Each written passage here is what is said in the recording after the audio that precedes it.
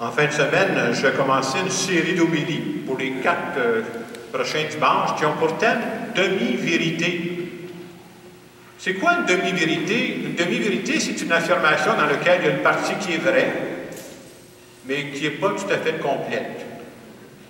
Vous savez, aujourd'hui, on fête la Pentecôte. Dimanche prochain, ça va être la Trinité. L'autre dimanche après, ça va être le Saint-Sacrement. Et c'est un peu l'occasion de revoir un peu c'est quoi notre foi, sur quoi repose notre foi. Et je dirais qu'une demi-vérité, comme il en manque une partie, des fois, ça peut nous amener sur des chemins, c'est pas vraiment là où on voudrait aller.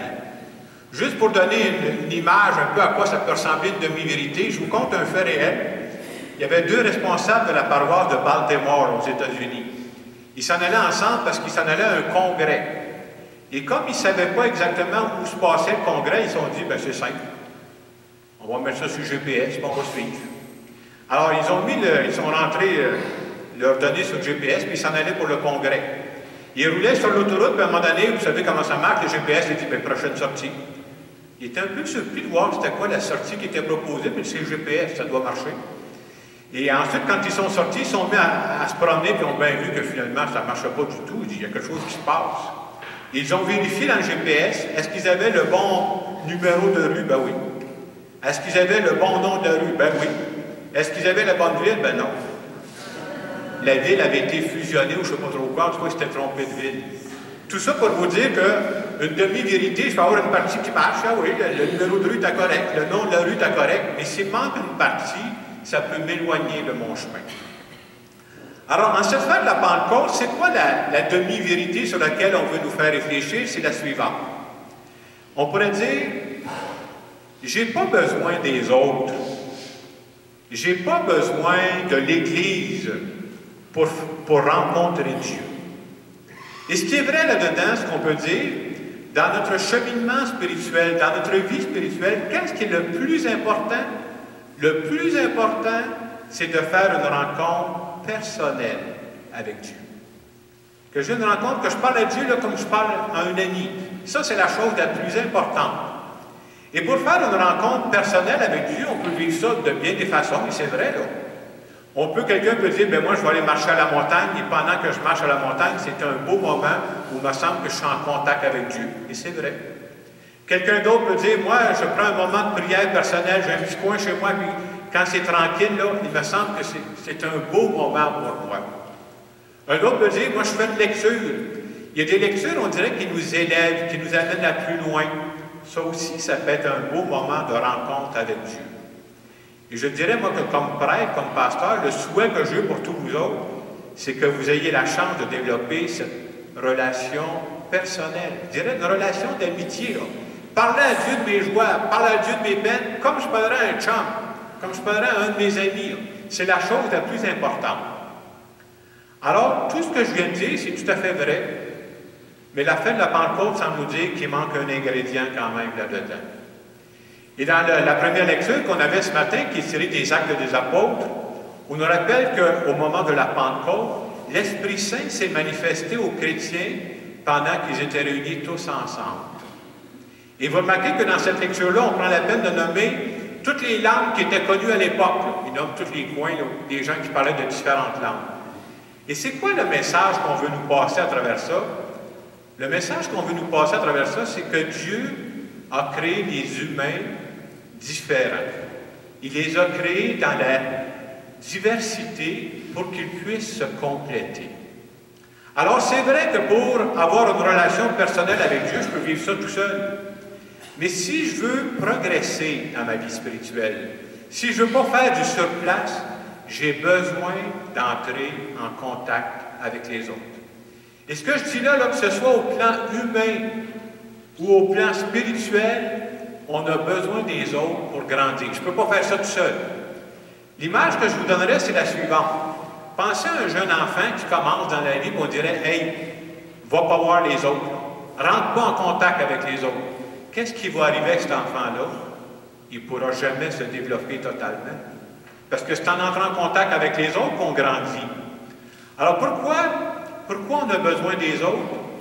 Parce qu'on est des êtres différents. Et que pour que moi je me réalise, j'ai besoin des dons des autres. J'ai besoin des talents des autres.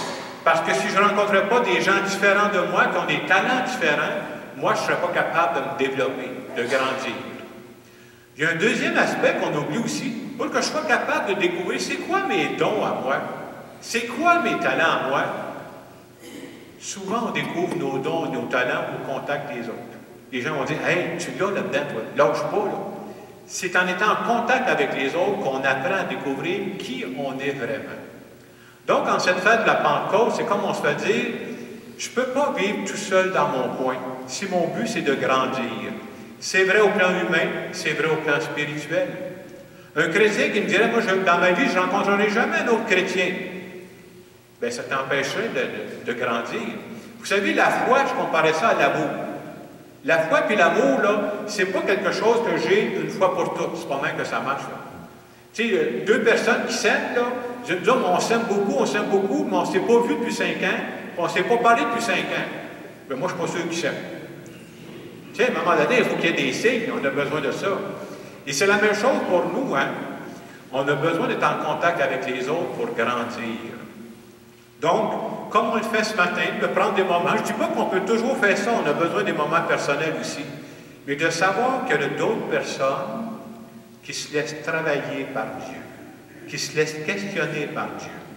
Et on voit entre autres que Dieu nous parle à travers la parole, et d'avoir l'occasion, il y a quelqu'un en avant qui a préparé quelque chose pour dire cette parole-là, c'est pas juste une parole il y a 2000 ans, ça peut nous parler aujourd'hui, ça peut nous aider à avancer, ça peut nous aider à cheminer. Il y a un dicton qui dit, vous savez, seul, on avance plus vite, mais ensemble, on va plus loin. Et c'est un peu pour ça que la fête de la Pentecôte nous dit, on a besoin des autres. Et ce matin, je le disais tantôt en commençant la célébration, moi je pense que l'Esprit de Dieu, c'est pas juste une histoire il y a 2000 ans, l'Esprit de Dieu nous parle encore aujourd'hui. Et les deux façons principales dont l'Esprit nous parle, il nous parle à travers les personnes. Les personnes qui sont différentes de nous, là. Dieu, l'Esprit de Dieu nous parle à travers les événements. Ce n'est pas l'événement, là. Qu'est-ce que je suis capable de décoder à travers ces événements-là? Ça, c'est la grâce à demander à l'Esprit Saint. Je vous donne un exemple où l'Esprit de Dieu m'a parlé à travers une autre personne qui était différente de moi. Vous savez, avant d'être prêtre, moi, j'étais professeur de mathématiques. Alors, à un moment donné, j'ai choisi de retourner aux études. Je ne savais pas si je deviendrais prêtre à ce moment-là, mais je suis décidé d'aller aux études en théologie. Et j'ai fait ça à l'Université Laval à Québec. Alors, pendant que j'étais aux études en théologie, c'est là où, tranquillement, j'ai commencé à penser que peut-être que je pourrais être prêtre. Et à partir du moment où j'ai eu ce projet-là dans ma tête, comme j'étais dans la ville de Québec, vous savez, dans la ville de Québec, des paroisses, il y en a, s'il vous plaît.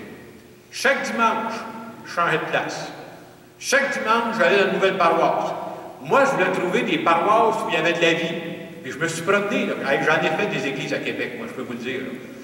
J'ai vu des belles choses, mais je n'étais jamais totalement satisfait.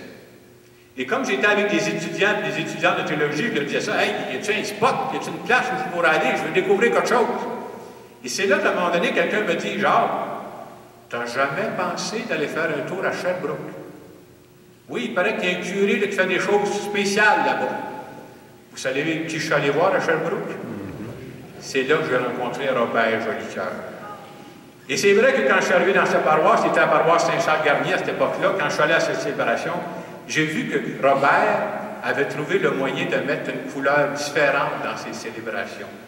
Ce qui m'avait surtout frappé, c'est que quand il parlait de la parole de Dieu, il y avait le tour de nous ramener dans des réalités d'aujourd'hui. La parole de Dieu, ce n'est pas pour flotter des nuages, on n'a pas besoin là, de traduire ça dans des situations concrètes. Puis même, il mettait de l'humour à travers ça. Vous savez, je ne m'appellerai jamais Robert Jolicoeur, mais je peux dire que Robert, on est devenu amis après ça, Robert m'a appris des choses qu'aucun prof de théologie m'avait appris à l'université. Ils n'ont jamais parlé de ça, eux autres. Eux autres, ils volaient pas mal plus haut que ça. Là. Et vous savez, des gens qui nous influencent, des gens qui nous font grandir, moi je crois que l'Esprit de Dieu est passé par Robert pour m'aider à développer ma propre couleur comme prêtre. On a besoin des autres, des talents des autres, pour nous aider à grandir nous autres aussi. Puis une fois, je vous ai dit ça, Robert Jolicoeur et moi, là, c'est deux personnes complètement différentes.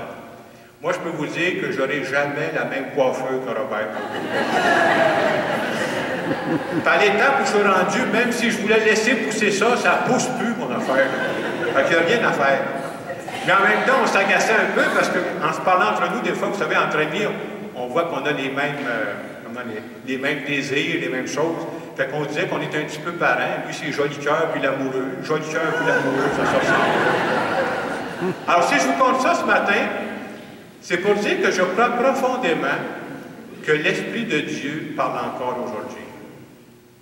Je crois profondément que l'Esprit de Dieu nous parle à travers des personnes qui sont différentes de nous, là. Je crois que l'Esprit de Dieu nous parle à travers les événements de la vie. Et ce que la fête de la Pentecôte vient nous dire, ne vous coupez pas des autres. Si tu t'enfermes dans un coin, là, tu ne pourras jamais grandir.